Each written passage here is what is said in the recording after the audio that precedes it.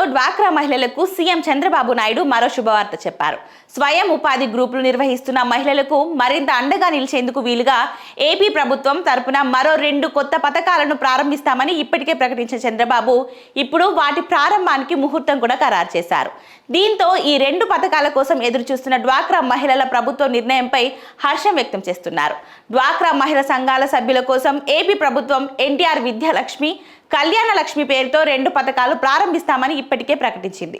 వీటిని అంతర్జాతీయ మహిళా దినోత్సవం సందర్భంగా మార్చి 8వ తేదీన సీఎం చంద్రబాబు నాయుడు ప్రారంభించబోతున్నారు. కళ్యాణ లక్ష్మి పథకం కింద డ్వాక్రా మహిళల పిల్లల పెళ్లిలకు ప్రభుత్వం 10,000 నుంచి ₹1,00,000 వరకు రుణంగా ఇవ్వనుంది. దీనిని 48 వాయిదాలలో తిరిగి చెల్లించేందుకు వారికి అవకాశం కల్పిస్తారు. అలాగే విద్యాలక్ష్మి పథకంలో భాగంగా డ్వాక్రా మహిళల పిల్లల చదువులకు సాయం అందించనున్నారు. విద్యాలక్ష్మి పథకంలో భాగంగా డ్వాక్రా మహిళల పిల్లలకు ₹10,000 నుంచి ₹1,00,000 వరకు రుణంగా అందజేస్తారు.